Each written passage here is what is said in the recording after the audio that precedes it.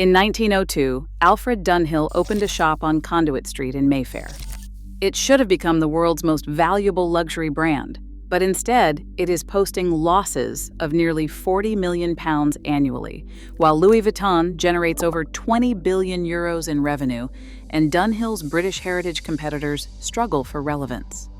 These are the British luxury brands that should have conquered the world, but somehow lost their way.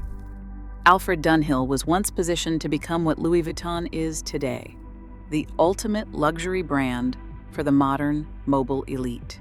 This is the story of how Britain's first truly modern luxury brand went from dressing Winston Churchill and Frank Sinatra to struggling in today's menswear market, where competitors like Zegna command revenues of €1.5 billion, while Dunhill manages just £45 million. When Alfred Dunhill opened that first shop in 1902 on Conduit Street in Mayfair, he was not just selling accessories to wealthy motorists, he was creating an entirely new category of luxury goods. At the dawn of the automobile age, while Savile Row tailors like Henry Poole, who invented the tuxedo, and Jeeves and Hawkes with their military heritage were still thinking about horse and carriage, Dunhill spotted the future. His Motorities, a clever blend of motorist and priorities, included everything from dashboard clocks to leather driving coats, goggles, and specialized pipes that could be smoked while driving. The company's early slogan captured this vision perfectly: everything but the motor. Dunhill grasped that the wealthy of the 20th century would be defined not by their static possessions, but by their mobility, their adventures, their dynamic lifestyles. Sound familiar? It should. That is exactly the positioning that made Louis Vuitton, with its trunk-making heritage for global travelers, the world's most valuable luxury brand today. Alfred Dunhill himself was a remarkable figure, part inventor, part entrepreneur, part author. Born in 1872 in Hornsey, Middlesex, he inherited his father's saddlery business in 1893, but immediately began transforming it for the modern age. By 1905, he had patented the windshield pipe, making smoking while driving comfortable and practical. In 1907, he invented the articulated rearview mirror, and that essential piece of automotive safety equipment was a Dunhill innovation. But perhaps his most significant invention came in 1927, the unique lighter, the world's first one-handed lighter. This was not just a luxury accessory, it was a piece of functional innovation that would define the brand for decades. The design has remained essentially unchanged since the 1950s and was regularly featured in James Bond films, both in print and on screen. By 1921, Dunhill had received its first royal warrant as tobacconist to Edward, Prince of Wales, and opened its first international outpost in New York. The Paris store followed in 1924. The brand was attracting an extraordinary clientele. Winston Churchill kept his beloved cigars in the Dunhill humidor at the Duke Street shop. When that location was bombed during the London Blitz in 1941, Churchill received a 4 a.m. phone call with remarkable news. His treasured cigars had miraculously survived the devastation. The legendary client list read like a who's who of 20th century style and power: the Duke of Windsor, members of the celebrated Bentley Boys racing team, Cary Grant, Pablo Picasso, Marlene Dietrich, and later, Queen Elizabeth herself. Dunhill made dinner suits for Frank Sinatra and a tuxedo jacket for Truman Capote that the diminutive author wore to his famous 1960s black and white ball. This wasn't just commercial success, it was cultural influence on a massive scale. By 1975, Dunhill had sales of £35 million, with an astounding 75% coming from lighters alone. The brand had successfully created an entire ecosystem of luxury goods for the modern gentleman. But here's where the story takes a turn that would prove fatal to Dunhill's global ambitions. In the late 1960s and the 1970s, as the company expanded rapidly, ownership became increasingly complex. Rothmans International acquired control, and by 1985, the group's revenues had exploded to £450 million, more than 10 times the 1975 figure. The company was then absorbed into the Vendôme luxury group, which later became part of Johann Rupert's Richemont empire. They acquired prestigious brands like Montblanc in 1977 and Chloé in 1985.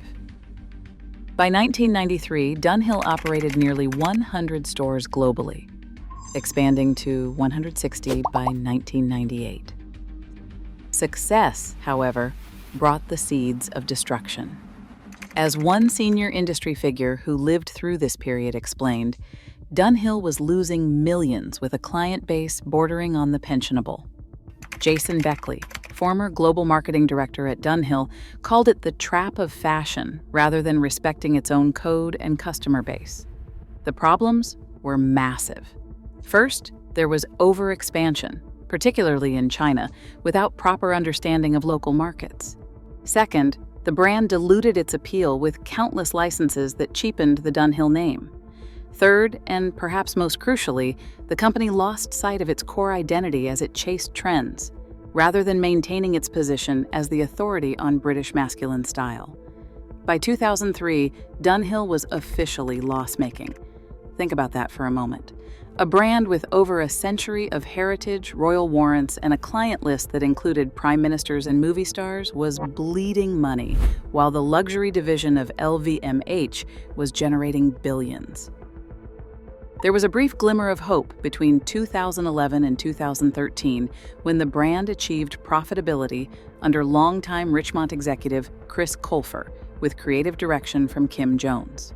Jones, who won the 2009 British Fashion Awards Menswear Designer of the Year specifically for his work at Dunhill, seemed to grasp the brand's potential.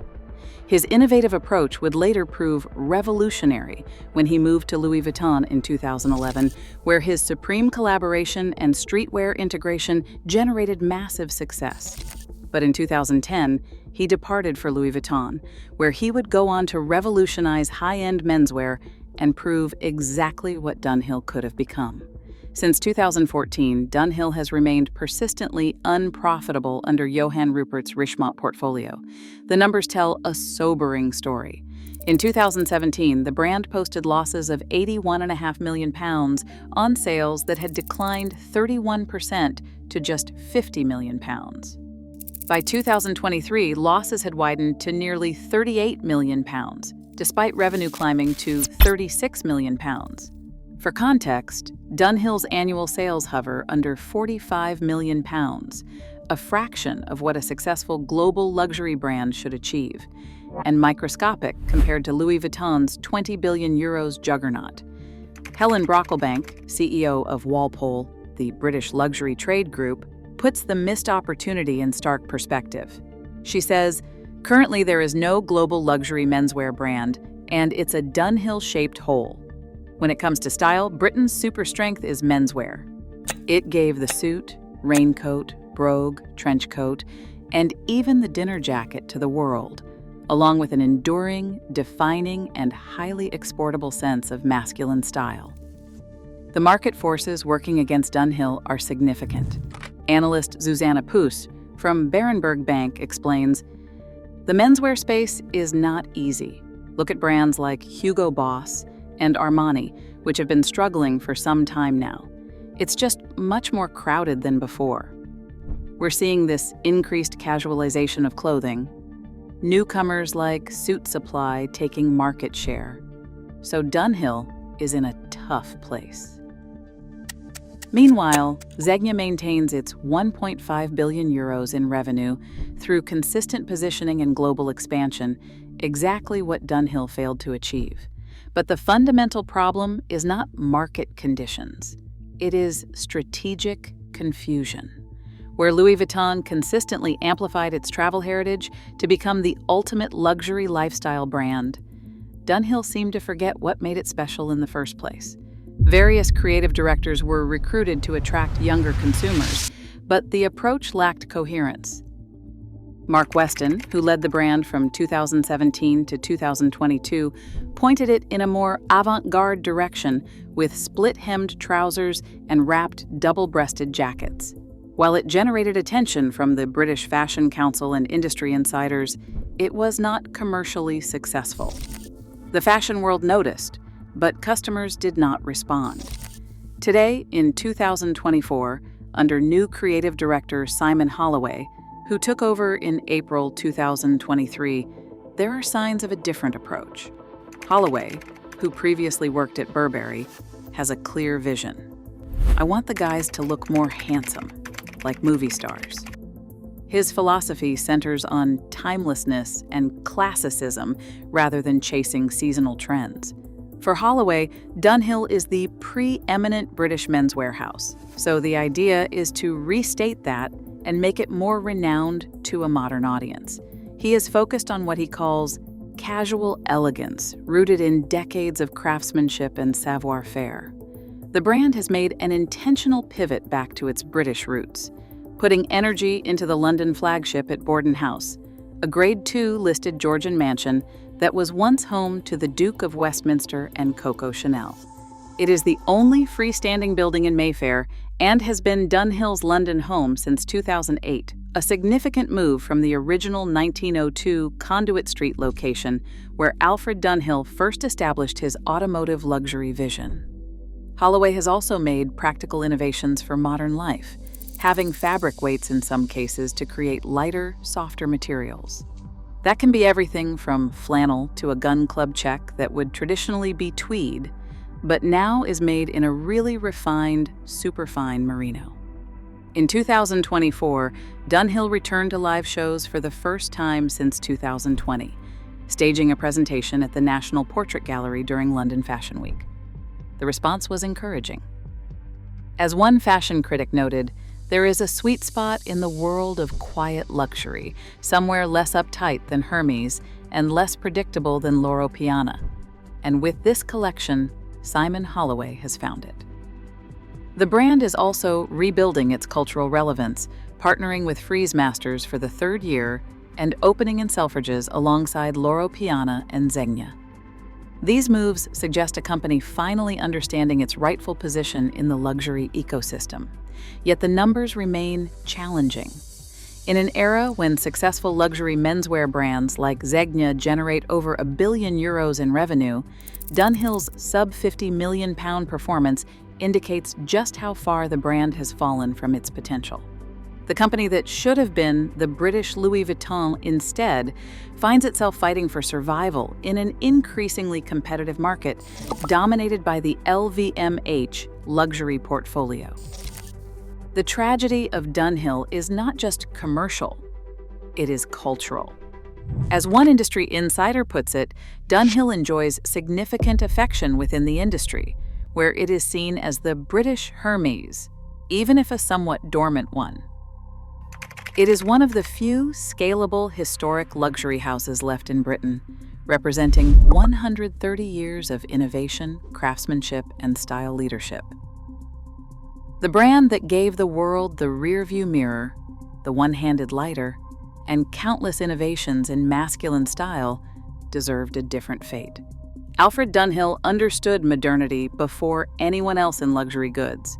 He saw that the future belonged to brands that could capture the mobile, dynamic lifestyle of the global elite. Today, in 2025, as we watch Louis Vuitton generate billions by selling exactly this vision, luxury for the modern traveler, the global citizen, the style-conscious achiever, we can see the blueprint that Dunhill created but failed to fully execute. The irony is almost painful. The company that invented luxury lifestyle marketing somehow forgot how to market a luxury lifestyle. Whether Dunhill can reclaim its rightful place in the luxury hierarchy remains an open question. The heritage is there, the craftsmanship remains exceptional, and the new leadership seems to understand the challenge. But in luxury goods, as Alfred Dunhill himself knew, recognizing an opportunity and seizing it are two very different things.